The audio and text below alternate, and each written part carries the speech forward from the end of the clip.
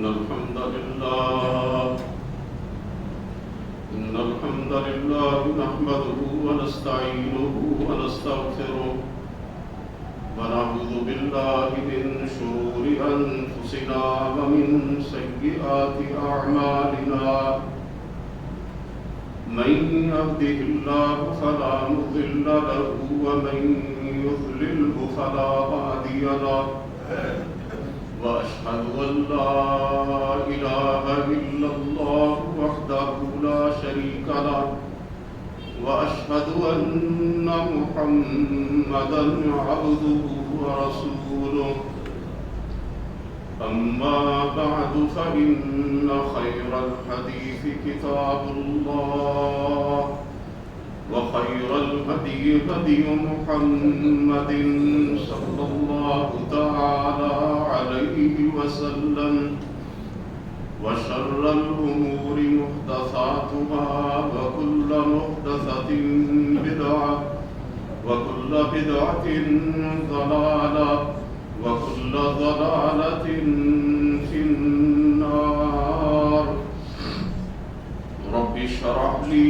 صدري ويسر لي أمري واحلل عقدة من لساني يفقهوا قولي أعوذ بالله السميع العليم من الشيطان الرجيم بسم الله الرحمن الرحيم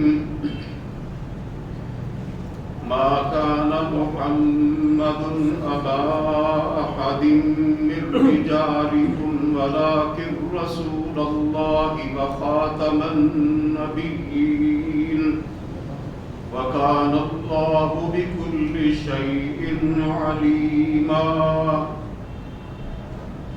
سب تعریفیں اللہ رب العالمین کے لیے ہیں. بے شمار درود و سلام نبی اقدس حضرت محمد الرسول اللہ صلی اللہ علیہ وآلہ وسلم کی ذات گرامی پر، آپ کی آل طاہرہ اور آپ کے صحابہ کرام پر، اور قیامت تک آپ کی فرما برداری کرنے والے ہر مسلمان پر اللہ کی کروڑوں رحمتیں ہوں. حضرات محترم، ختم نبوت کا عقیدہ اسلام کا بنیادی عقیدہ ہے. اللہ رب العزت کے بابرکت کلام میں سے جو آیت مبارکہ ابھی میں نے آپ کے سامنے پڑھنے کی سعادت حاصل کی ہے، اس میں اللہ حکم الحاکمین نے ارشاد فرمایا: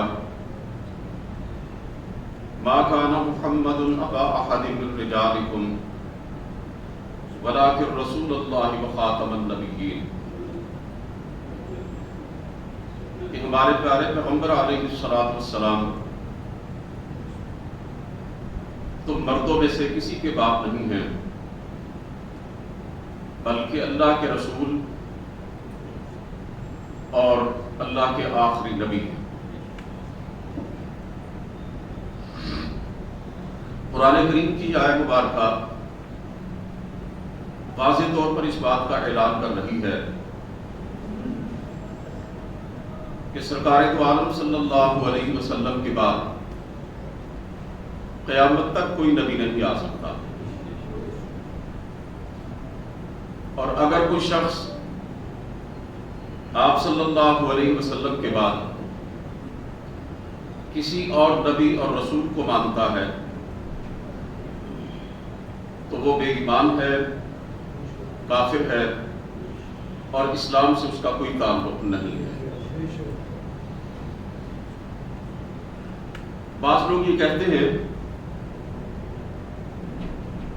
کہ جو مرزائی ہیں وہ اللہ کو بھی مانتے ہیں، رسول کریم صلی اللہ علیہ وسلم کو بھی مانتے ہیں، قرآن کریم کو بھی مانتے ہیں، نمازیں بھی پڑھتے ہیں، اپنے آپ کو مسلمان بھی کہتے ہیں.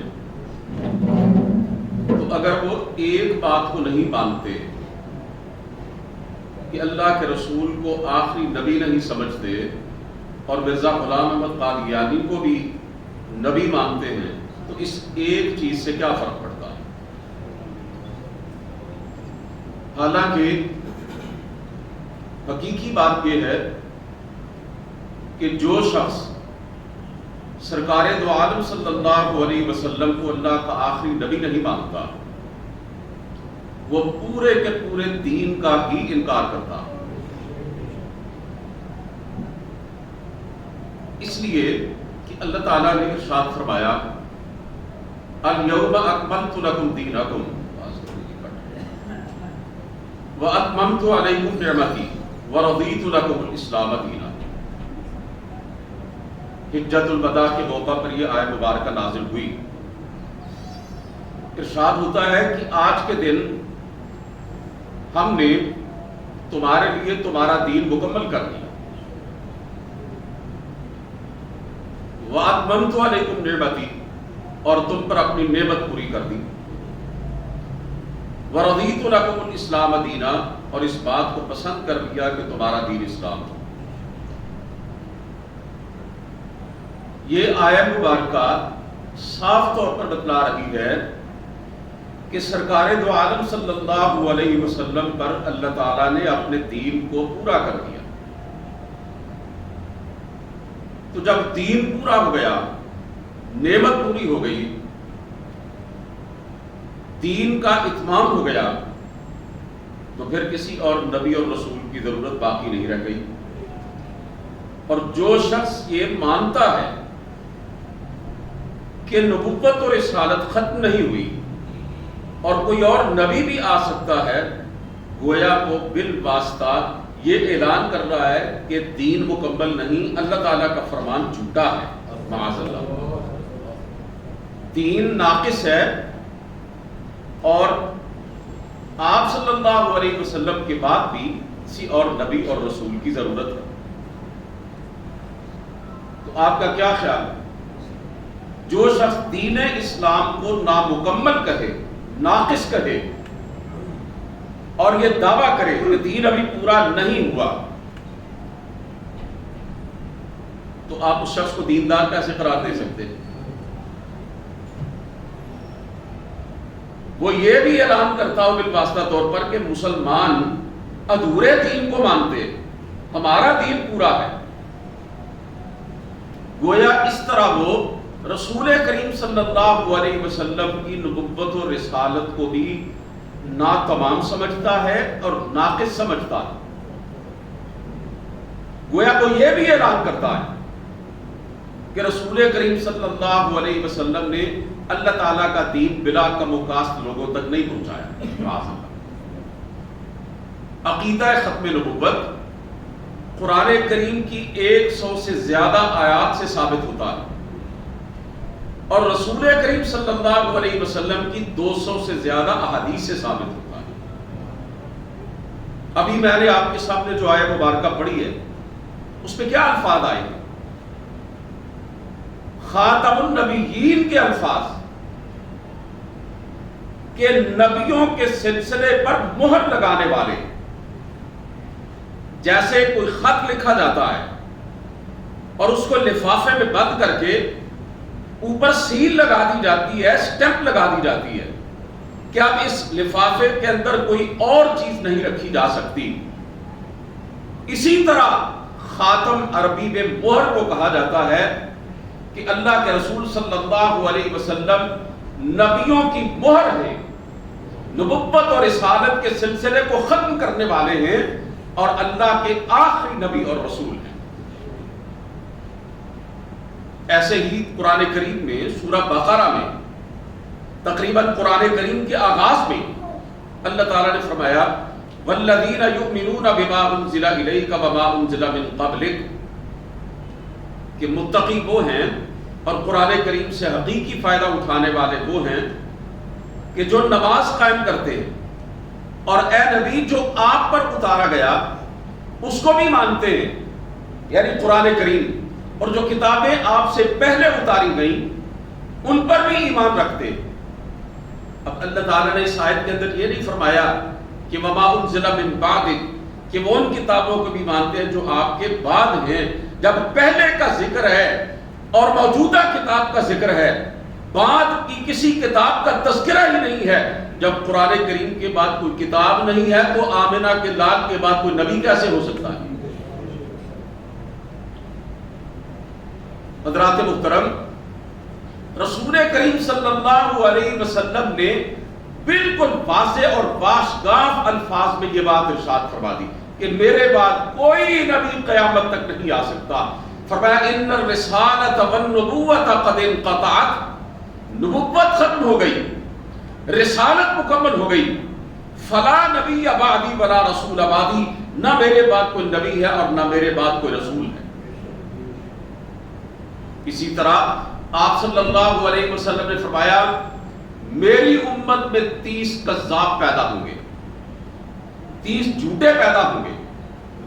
ان میں سے ہر ایک کو یہ گمان ہوگا کہ وہ اللہ کا نبی ہے.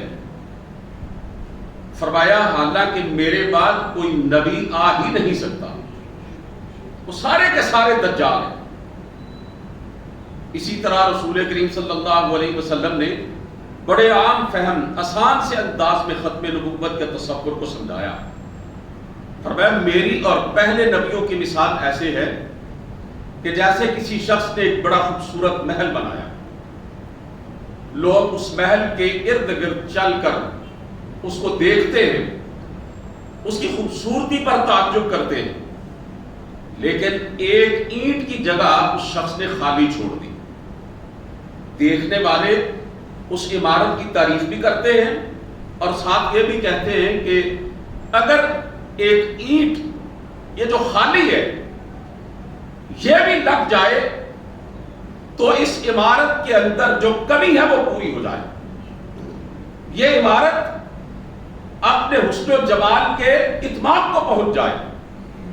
تو آپ صلی اللہ علیہ وسلم نے فرمایا یوں سمجھ لو کہ وہ آخری اینٹ میں ہوں، قصر نبوت کی وہ آخری اینٹ میں ہوں، اور اللہ تعالیٰ نے میرے ذریعے نبوت اور رسالت کی عمارت کو مکمل کر دیا. اسی بات کا نتیجہ تھا کہ سرکار دو عالم صلی اللہ علیہ وسلم کے زمانہ مبارک میں، صحابہ اکرام کے دور میں، تابعین اور تبع تابعین کے وقت میں مسلمانوں نے کبھی ختم نبوت پر کوئی سمجھوتا نہیں کیا.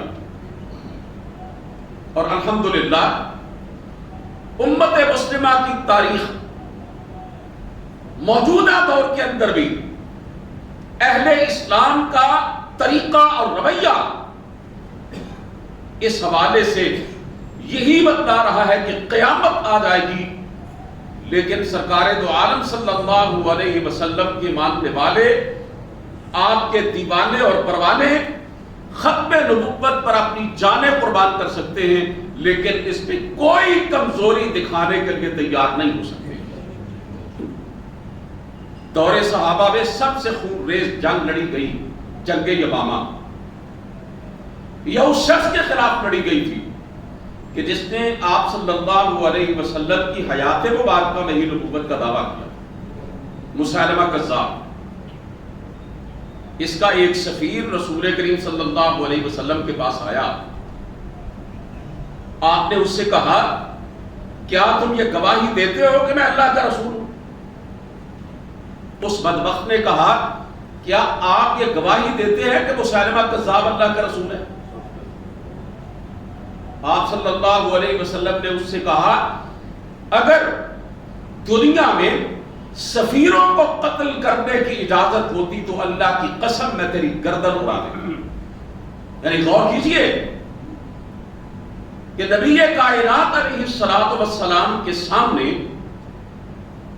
کئی دفعہ بہت سے لوگوں نے زبان درازیاں کی، کئی آپ کے دشمنوں نے آپ کے خلاف بڑی ہرزہ سرائی کی، آپ کے خلاف پروپیگنڈا کیا، آپ نے اپنے جانی دشمنوں کو بھی معاف کر دیا. لیکن جب ختم نبوت کی باری آئی تو آپ صلی اللہ علیہ وسلم نے فرمایا دنیا میں یہ قاعدہ نہیں ہے کہ سفیروں اور قاصدوں کو موت کے گھاٹ اتارا جائے. اگر ہوتا یہ طریقہ دنیا کے اندر میں تجھے کبھی نہ چھوڑتا. یہ جنگ یمامہ اسی مسیلمہ کذاب کے خلاف لڑی گئی تھی. لیے لڑی گئی تھی کہ وہ رسول کریم صلی اللہ علیہ وآلہ وسلم کے بعد خود نبوت کا دعوے دار تھا، اس کے ہزاروں ماننے والے موجود تھے۔ حضرت ابوبکر صدیق رضی اللہ تعالیٰ عنہ نے خلافت سنبھالتے ہی اس کے خلاف لشکر بھیجا، جس میں تمام جلیل القدر صحابہ سمیت سارے کے سارے اللہ کے رسول کے جانثار ساتھی شریک ہوئے تھے۔ سینکڑوں صحابہ کرام نے جام شہادت نوش کیا تھا۔ 700 صحابہ تو ایسے تھے جو قرآن کریم کے حفاظ اور قراء تھے۔ اسی جنگ کے بعد حضرت عمر فاروق رضی اللہ تعالیٰ عنہ نے یہ تجویز پیش کی تھی کہ قرآن کریم کو اس طرح کتابی صورت کے اندر جمع کر لیا جائے، کیونکہ اگر اسی رفتار کے ساتھ قرآن کریم کے حافظ اور قاری شہید ہوتے رہے تو کہیں قرآن کریم کی حفاظت پہ زد نہ پڑے۔ حضرت ابوبکر صدیق رضی اللہ تعالیٰ عنہ نے ان کی بات نہ مانی اور کہنے لگے کہ جو کام اللہ کے رسول کے زمانے میں نہیں ہوا میں نہیں کر سکتا، لیکن حضرت عمر فاروق رضی اللہ تعالیٰ عنہ کی زوردار دلائل کے سامنے حضرت صدیق اکبر رضی اللہ تعالیٰ عنہ نے اپنی رائے ترک کر دی اور حکم دیا کہ قرآن کریم کو مجلد صورت کے اندر، کتابی صورت کے اندر اکٹھا کر دیا جائے، اور یہ کام ذمہ لگایا گیا حضرت زید بن ثابت رضی اللہ تعالیٰ عنہ، جو قرآن کریم کے بڑے ماہر تھے، بہت بڑے قاری تھے، بہت بڑے عالم دین تھے۔ وہ کہتے ہیں کہ اگر مجھ سے یہ کہا جاتا کہ احد پہاڑ کو اٹھا کر دوسری جگہ پہ رکھ دو تو یہ کام میرے لیے آسان تھا، لیکن قرآن کریم کو مجلد صورت پہ لے کے آنا میرے لیے بڑا مشکل کام تھا، یہ کوئی آسان کام نہیں تھا۔ طریقہ کار یہ طے پایا کہ ہر آیت پر 2 گواہ جو ہے وہ لائے جائیں گے، جو حلفاً یہ شہادت دیں گے کہ یہ آیت اسی طرح ہم نے رسول کریم صلی اللہ علیہ وسلم سے سنی تھی۔ آپ آج کل دیکھتے ہیں نا جی کہ چھوٹے چھوٹے بچے 7 سال کے 8-10 سال کے قرآن کریم کے حافظ ہیں، اور بعض ایسے پختہ حافظ ہیں کہ الحمد سے لے کر بالناس تک پورے کا پورا قرآن کریم سنا دیتے ہیں اور غلطی کوئی نہیں کرتے، اور ایسے بھی حفاظ موجود ہیں کہ جن سے کہا جائے کہ یہ آیت جو ہم تمہیں سنا رہے ہیں اس سے پہلے کون سی آیت ہے، تو وہ پہلے والی آیت بھی فوراً بتلا دیتے ہیں، بعد والی آیت تو سارے ہی بتا دیتے ہیں نا جی، کیونکہ ایک تسلسل کے ساتھ قرآن کریم کو حفظ کیا جاتا ہے۔ حالانکہ یہ بچے قرآن کریم کی آیات کا ترجمہ نہیں جانتے، انہیں عربی کی گرامر کی الف بے تک نہیں آتی، ایک اجنبی زبان، لیکن پورے کا پورا اللہ کا قرآن ان کے سینوں میں محفوظ اور ان کے ذہنوں میں محفوظ۔ تو عرب کے جو لوگ تھے ان کا تو حافظہ پوری دنیا کے اندر ضرب المثل ہے، وہ ساری اپنی یادداشت کی بنیاد پر ہی اپنے سارے سلسلے چلاتے تھے۔ عربوں کا حافظہ غیر معمولی ہے، اور پھر ظاہر ہے ان کی زبان بھی وہی ہے جو قرآن کریم کی زبان ہے۔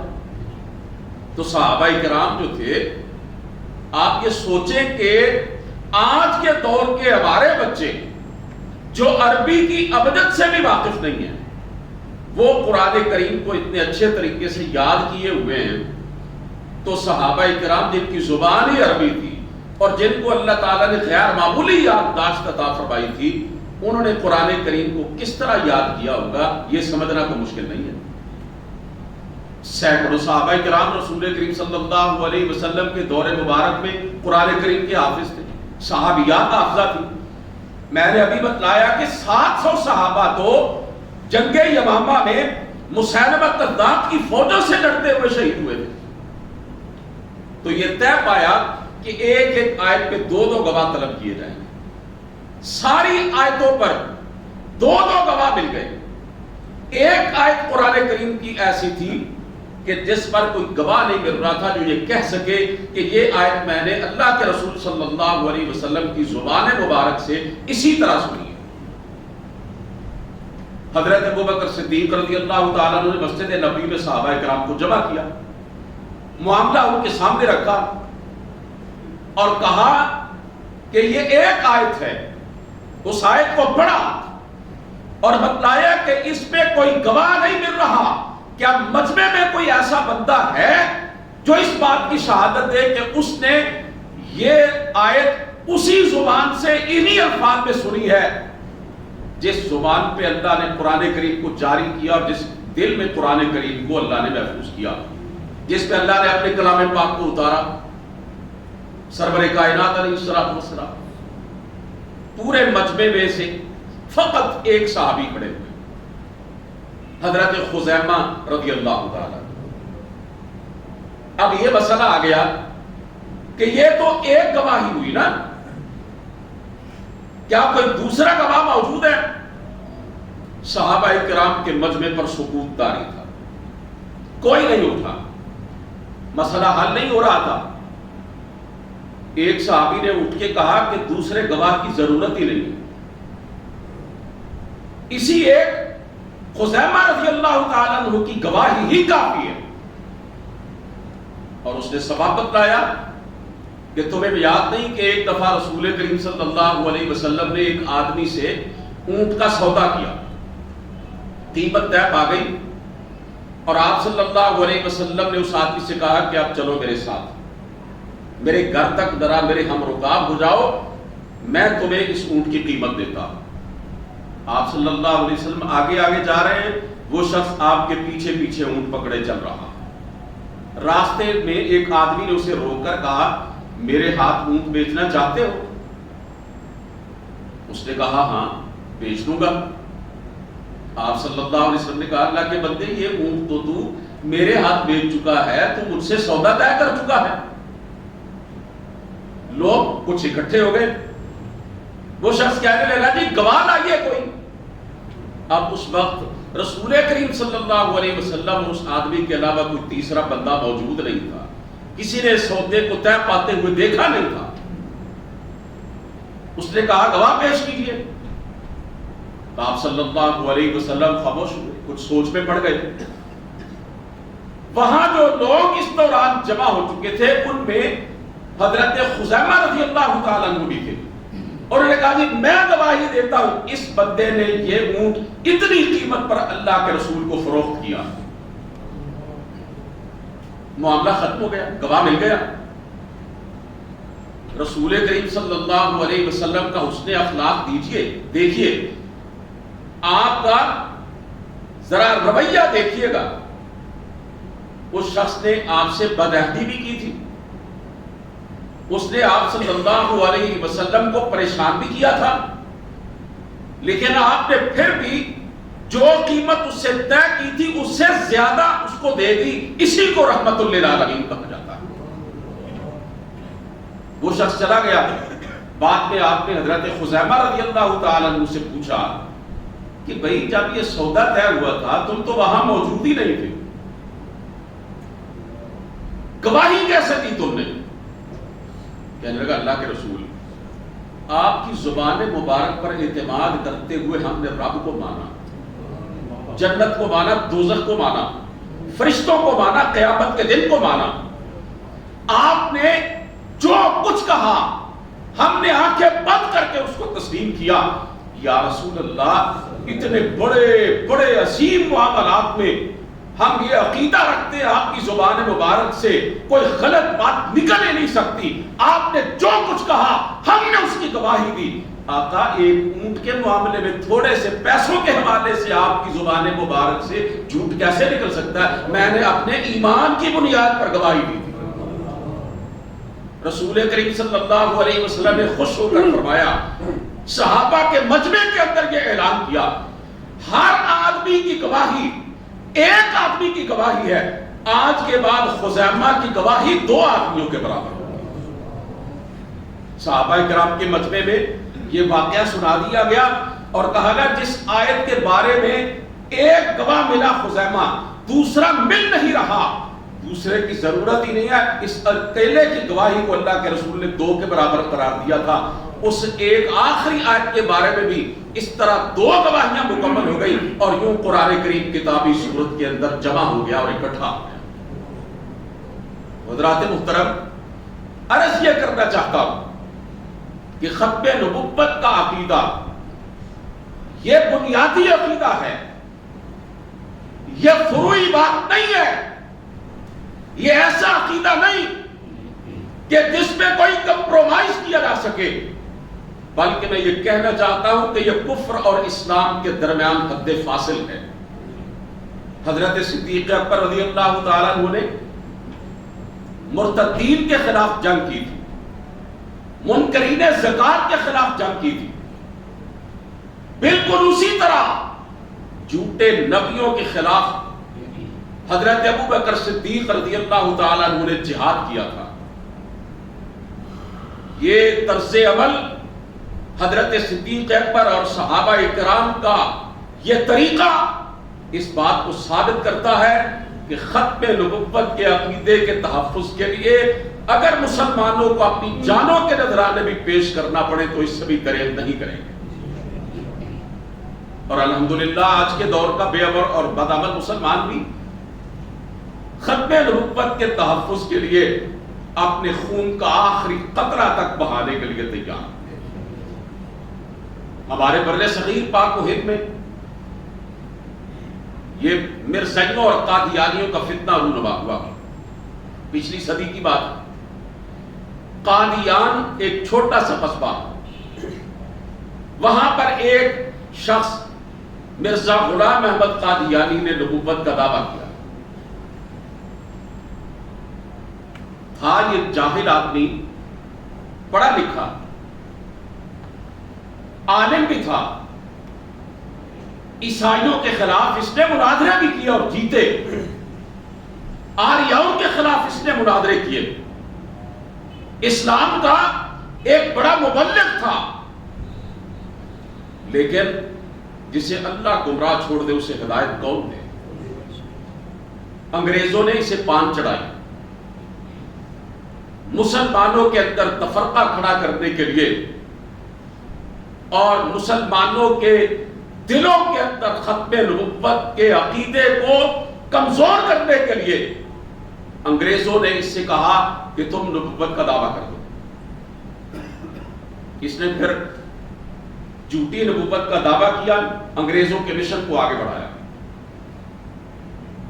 اور یہ اس نے فتویٰ دیا کہ مجھ پر اللہ کی طرف سے یہ حکم اترا ہے کہ آج کے بعد جہاد ساقط ہو چکا،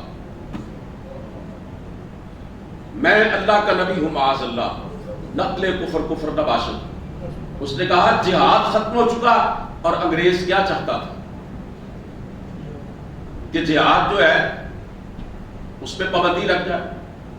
میں نے یہاں بر صغیر کے مسلمانوں کو اپنا غلام بنایا ہوا ہے، یہ میرے خلاف لڑ رہے ہیں تو جہاد ختم ہو جائے گا، اسے یہ مقدس جنگ سمجھتے ہیں، تو اس طرح میری حکومت جو ہے وہ مزید مضبوط ہو جائے گی، میری کرسی اور اقتدار جو ہے اور زیادہ طاقتور ہو جائے گا۔ گویا یہ اگر کہا جائے کہ یہ قادیانیت انگریز کا خودکاشتہ پودا ہے تو غلط نہیں ہوگا۔ پھر اس نے ایک دفعہ یہ بھی کہا کہ آج کے بعد حج پر بھی پابندی ہے، کوئی ضرورت نہیں حج پر جانے کی۔ اور حج کہاں کیا جاتا ہے؟ مرکز اسلام مکہ مکرمہ کے اندر، اور قوموں کے لیے جو مرکز کی حیثیت ہوتی ہے نا، اس سے ہر صاحب دل اور صاحب علم واقف ہے۔ حضرت اقبال نے کہا ہے نا، قوموں کے لیے موت ہے مرکز سے جدائی، وہ صاحب مرکز تو خودی کیا ہے خدائی۔ جو قوم اپنے مرکز سے کٹ جائے، اپنے محور سے الگ ہو جائے، وہ تباہ و برباد ہو جاتی ہے۔ اس نے لوگوں سے کہا حج کرنے کی ضرورت نہیں، میں اللہ کا نبی کہتا ہوں حج ساقط ہو چکا۔ گویا مسلمانوں کو ان کے مرکز سے دور کرنے کی کوشش کی تاکہ یہ اسلام سے دور ہو جائیں۔ مولانا ظفر علی خان نے اس کے بارے میں پھر یہ جملہ کہا، کبھی حج ہو گیا ساقط، کبھی کہتے جہاد اٹھی، نبوت قادیاں کی ہے رضا جوئی نصارہ کی، کہ کبھی کہتا ہے حج ختم ہو چکا، کبھی کہتا ہے جہاد ختم ہو چکا۔ وہ کہتے ہیں کہ حقیقی بات یہ ہے کہ یہ جو قادیانیت کی جھوٹی نبوت ہے، اس کا مقصد انگریزوں کو راضی کرنے اور خوش کرنے کے علاوہ کچھ نہیں ہے۔ آج بھی آپ دیکھ لیں، یہ مرزائیوں کا سرپنچ اور مرزا غلام احمد قادیانی کی گندی نسل پر پلنے والا یہ جو مرزائیوں کا موجودہ سربراہ ہے مرزا طاہر، یہ کہاں بیٹھا ہوا ہے؟ برطانیہ کے اندر، انگلینڈ کے اندر۔ کیا یورپ، کیا امریکہ اور کیا کینیڈا ان ظالموں کو ہاتھوں ہاتھ لیتے ہیں، ان کا تحفظ کرتے ہیں؟ وہ انہی ملکوں کے اندر بیٹھ کر سوشل میڈیا کے ذریعے اور ٹی وی چینلز کے ذریعے اپنے گندے عقیدے کو رواج دینے کی کوشش کر رہے ہیں، اپنے آپ کو احمدی مسلمان کہہ کر سادہ لوگ غیر مسلموں کو دھوکہ دینے کی کوشش کرتے ہیں۔ آج بھی ان کے آقا وہی ہیں جنہوں نے ان کو بنایا تھا اور جن کو پالا پوسا، اور کئی سادہ لوگ مسلمان دنیا کے مال و منال کے لالچی اور حریص، وہ اپنے آپ کو کاغذوں کے اندر مرزائی اور قادیانی شو کر کے، ظاہر کر کے جرمنی کا ویزا لینے کی کوشش کرتے ہیں، اور کئی ایسے ہیں کہ جو اپنے آپ کو قادیانی لکھ کر یورپ کے ملکوں کے اندر اور امریکہ اور کینیڈا کے اندر بیٹھے ہوئے۔ ان میں سے بعض سے ملاقات ہوئی، کہتے ہیں جی ہم نے کون سا کوئی دل سے لکھا ہے، ہم نے تو اوپر اوپر سے لکھا ہے۔ اس ظالموں، روز قیامت آمنہ کے لال نے اگر پوچھ لیا کہ تم نے دنیا کے چند ٹکوں کی خاطر میری ختم نبوت کا سودا کیا تھا، کیا منہ دکھاؤ گے، کیا جواب دو گے؟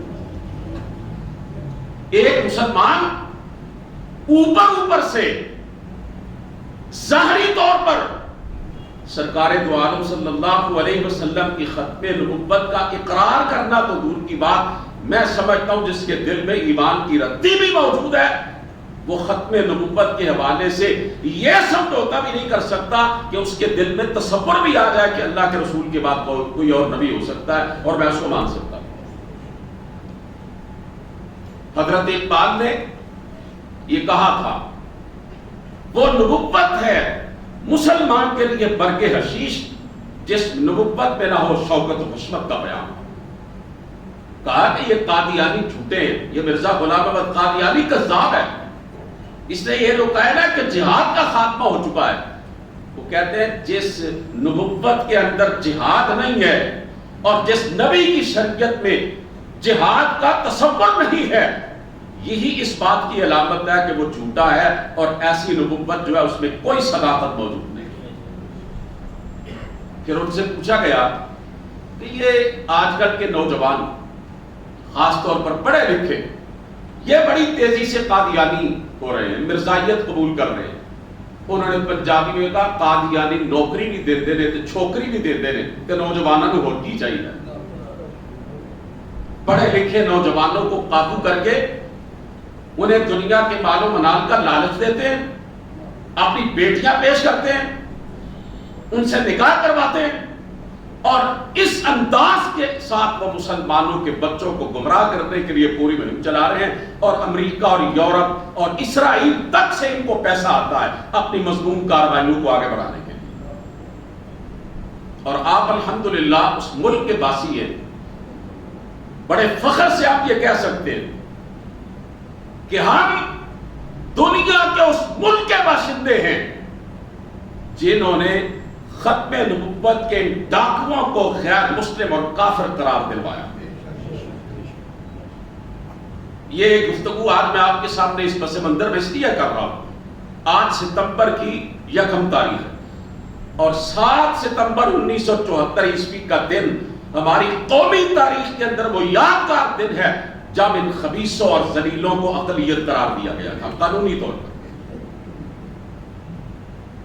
22 مئی 1974 کو نشتر میڈیکل کالج ملتان کے طلباء کا ایک گروہ شمالی علاقہ جات کی سیر کے لیے ٹرین میں بیٹھ کر پشاور جا رہا ہے، ملتان سے پشاور۔ جب ٹرین ربوہ اسٹیشن پر پہنچی، آپ جانتے ہیں کہ ربوہ ان کا مرکز ہے، تو جناب حسب معمول قادیانی جن میں نوجوانوں کی اکثریت تھی، وہ اپنا گندا لٹریچر لے کر ٹرین کے اندر گھس گئے اور قادیانیت کی تبلیغ کرنے لگے اور لٹریچر لوگوں کے اندر تقسیم کرنے لگے۔ نشتر میڈیکل کالج کے طلباء نے نعرے لگانا شروع کر دیے، قادیانیت مرد آباد، ختم نبوت زندہ باد۔ یہ ہر مسلمان کے دل کی آواز ہے۔ ان ظالموں کو اشتعال آیا اور انہوں نے مسلمانوں کو بہت مارا پیٹا۔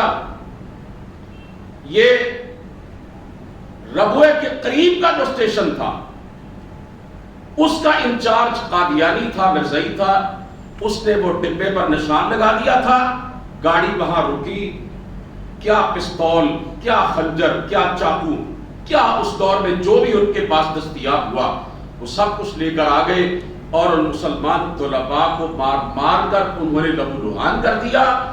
لیکن مسلمان نوجوان نشتر میڈیکل کالج کے پورے جوش اور جذبے کے ساتھ ختم نبوت زندہ باد کے نعرے لگاتے رہے۔ گویا جنگ یمامہ کا یہ تسلسل ہوا نا۔ اس جنگ میں یہ جو میں نے آپ کے سامنے تفصیل بیان کی نا جنگ یمامہ کی، یہ میرے ذہن میں ابھی آئی ہے بات۔ ایک شخص تھا وحشی بن حرب رضی اللہ تعالی، اس نے حضرت حمزہ رضی اللہ تعالی عنہ کو قتل کیا تھا غزوہ احد میں۔ پھر ان کا کلیجہ چاک کیا گیا، ان کے ناک کان ہونٹ کاٹے گئے، ان کے جو کھوپڑی تھی اس کا پیالہ بنا کر اس میں شراب پی گئی۔ حضرت حمزہ رضی اللہ تعالیٰ عنہ کی لاش اس طرح بے حرمتی کی گئی کہ سیدہ صفیہ رضی اللہ تعالیٰ عنہ جو اللہ کے رسول کی پھوپھی تھی اور حضرت حمزہ کی حقیقی بہن تھی، انہوں نے انگلیوں کی پوروں سے پہچانا کہ یہ میرے بھائی کا جسم ہے۔ وہ وحشی بن حرب حضرت حمزہ رضی اللہ تعالیٰ عنہ کو شہید کرنے والا اللہ کے رسول کے بچپن کے دوست بھی تھے، دودھ شریک بھائی بھی تھے اور حقیقی چچا بھی تھے اور اسلام کے شیر بھی تھے۔ حضرت علی رضی اللہ تعالیٰ عنہ کو شیر خدا کہا جاتا ہے نا، لیکن میں یہ عرض کرتا ہوں وہ بھی شیر خدا تھے، لیکن رسول کریم صلی اللہ علیہ وسلم نے شیر خدا قرار دیا تھا حضرت حمزہ کو۔ اسد اللہ و اسد الرسول، اللہ کے شیر اور اس کے رسول کے شیر، یہ حضرت حمزہ رضی اللہ تعالیٰ عنہ کے لیے اللہ کے رسول نے الفاظ بولے تھے۔ آپ صلی اللہ علیہ وسلم کو بڑا صدمہ ہوا اور وہ وحشی بن حرب جب مکے کی فتح کے بعد یہ دیکھتا ہے نا کہ آپ نے تو اپنے جان کے دشمن اور خون کے پیاسوں کو بھی معاف کر دیا ہے، تو آ کے کہنے لگا اللہ کے رسول کیا مجھے بھی معاف کر دیں گے؟ فرمایا جا تجھے بھی معاف کرتا ہوں، لیکن اتنا کہتا ہوں تو جب میری مجلس میں آئے میرے سامنے نہ بیٹھنا، تیرے چہرے کو دیکھ کر مجھے چچا کی یاد آتی۔ اس نے دل میں ٹھان لی تھی کہ میں نے اللہ کے رسول کو اتنا دکھ دیا ہے، وقت آئے گا تو میں کوئی ایسا کارنامہ انجام دوں گا کہ اللہ کے رسول کی آنکھیں میری طرف سے ٹھنڈی ہو جائیں گی۔ جنگ یمامہ میں وہ مسیلمہ کذاب، وہ ختم نبوت کا بدترین ڈاکو، وہ آمنہ کے لال کا سب سے بڑا دشمن،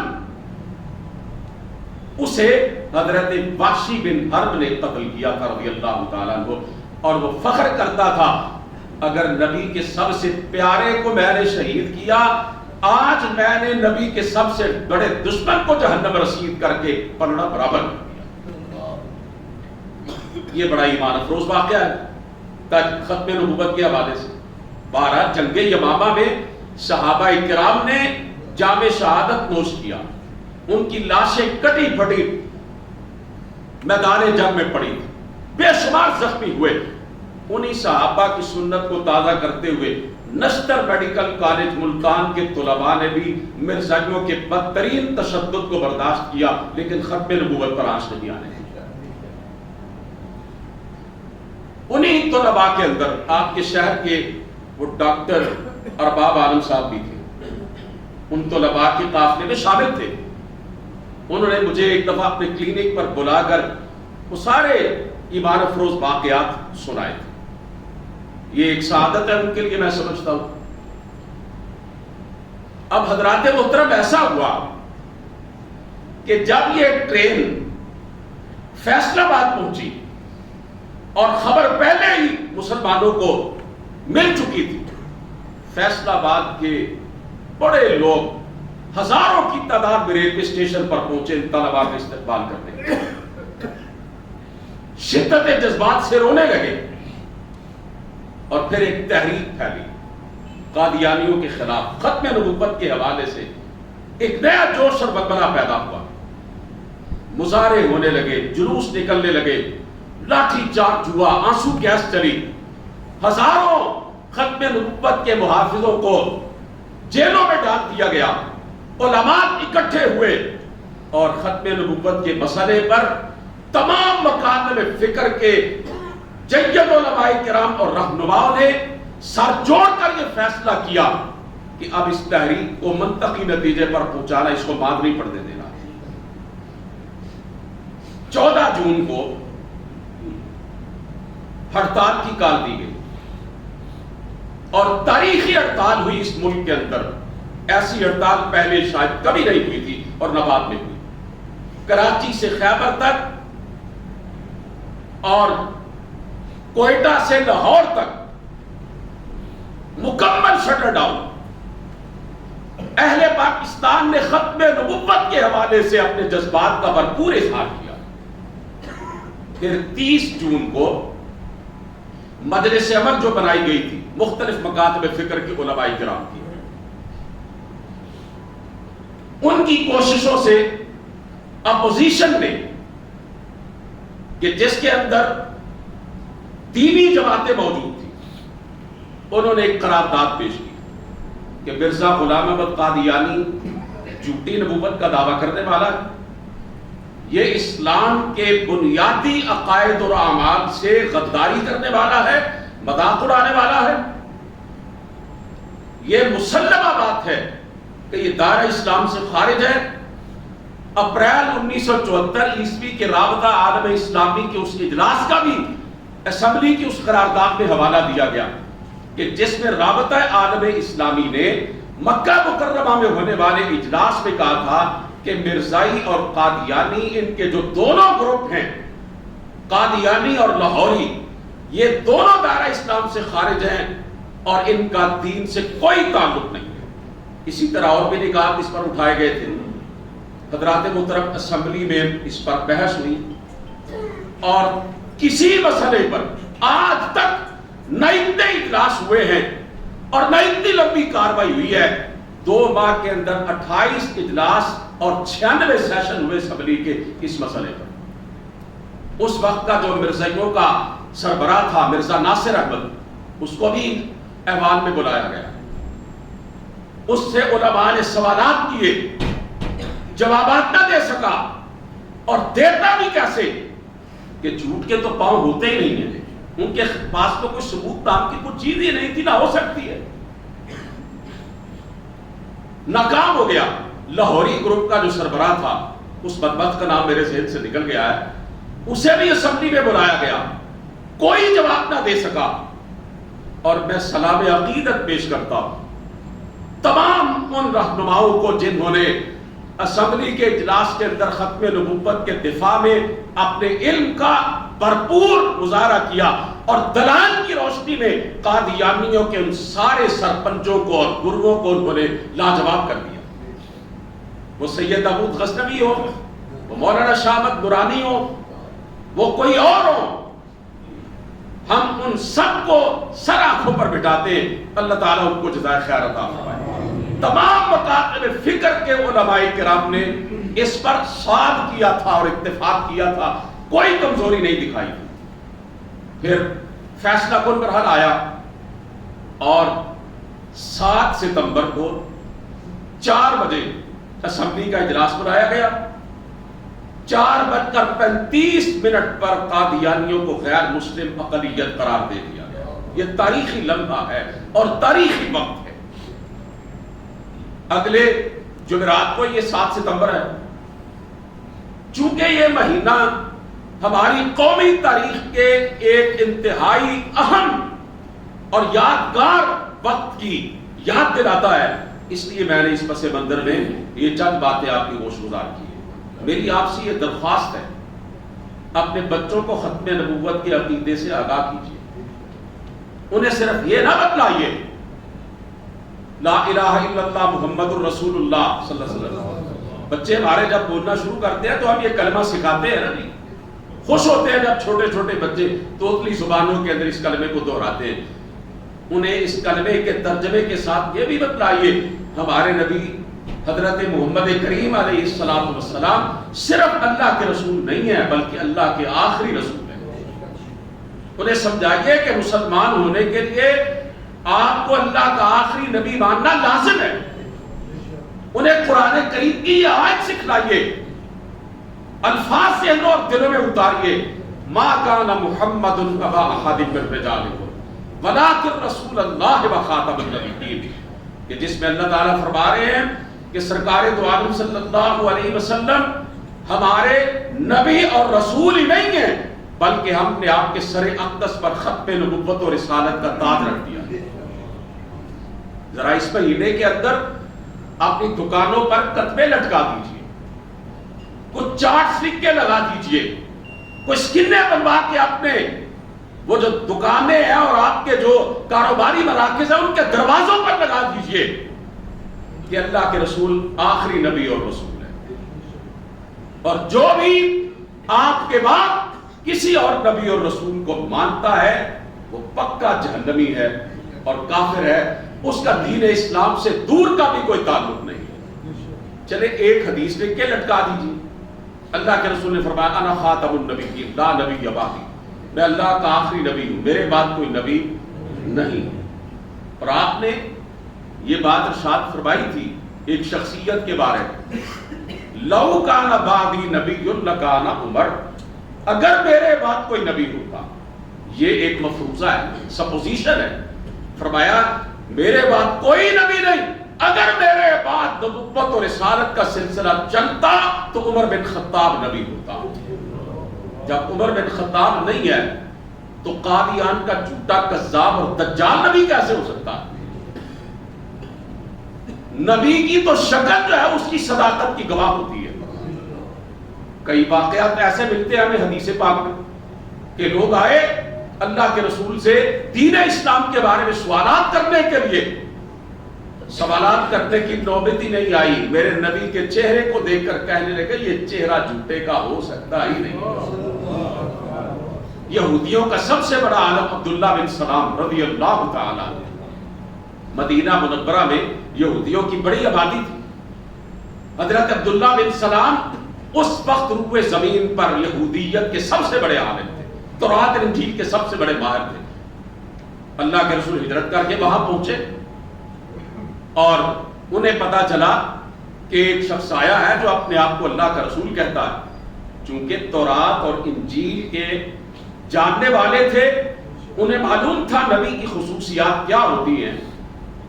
پہنچے آپ کے پاس اور جب بیٹھے آپ کی مجلس میں تو کہتے ہیں سوالات کرنے کی، کچھ پوچھنے کی تو نوبت ہی نہیں آئی. عرفت ان وجهه ليس بوجه كذاب، کہتے ہیں میرے دل نے گواہی دی کہ یہ چہرہ کسی جھوٹے کا چہرہ ہی نہیں ہو سکتا. اسی وقت اسلام قبول کر. اور اس بدبخت کا چہرہ کیسا؟ کانا تھا، ایک آنکھ چھوٹی تھی.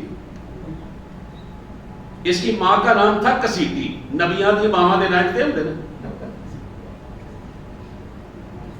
اور پھر جو کانا ہونا کتنا بڑا ہے، اور نبی کی تو شکل بے عیب ہوتی ہے، نبی کی صورت جو ہے وہ بے نقص ہوتی ہے. اس کا تو کانا ہونا اس کے کذاب اور دجال ہونے کا سب سے بڑا ثبوت ہے.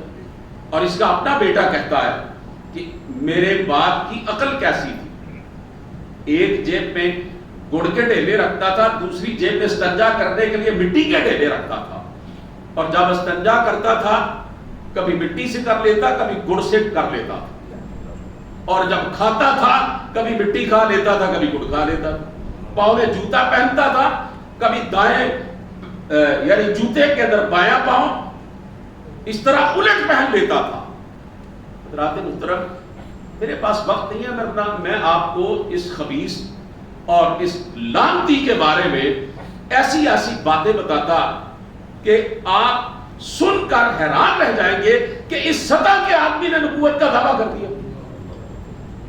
اس لیے میرے عزیزوں، اپنے بچوں کی تربیت کیجیے۔ سوشل میڈیا کا دور ہے، مرزائیوں قادیانیوں نے سینکڑوں نہیں ہزاروں ویب سائٹ بنائی ہوئی ہے، یوٹیوب پر پورا ایک سمندر موجود ہے، اور یہ اپنے ٹی وی چینلز کے ذریعے گمراہ کرنے کی پوری کوشش کر رہے ہیں سادہ لوگ مسلمان۔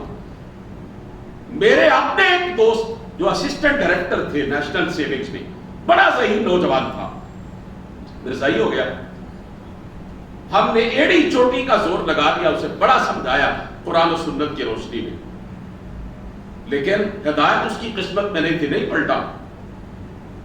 ایسی بے شمار مثالیں موجود ہیں۔ اپنے بچوں کو چھوٹی عمر سے یہ بتلانا سکھانا شروع کر دیجئے کہ رسول کریم صلی اللہ علیہ وسلم کی ختم نبوت پر ایمان یہ بنیادی چیز ہے، یہ فروعی بات نہیں ہے، اور جو آپ کے بعد کسی اور نبی اور رسول کو مانتا ہے اس سے بڑا بدبودار کافر اور مرتد اور کوئی نہیں ہو سکتا۔ قادیانی آئین پاکستان کی روح سے نہ اپنے آپ کو مسلمان کہہ سکتے، نہ اپنی عبادت گاہ کو مسجد کہہ سکتے، نہ اذان دے سکتے ہیں، اور نہ ہی اپنے جھوٹے اور گندے مذہب کی تبلیغ کر سکتے۔ اگر کوئی ایسا کہیں کرتا ہوا پایا جائے، آپ قانونی راستہ اختیار کریں، فوری طور پر اس کے خلاف کارروائی کی جائے گی۔ اللہ تعالیٰ سے دعا ہے کہ وہ ہمیں سرکار تو عالم صلی اللہ علیہ وسلم کی ختم نبوت کے ساتھ تا دم زندگی میں بستا رہنے کی توفیق عطا فرمائے۔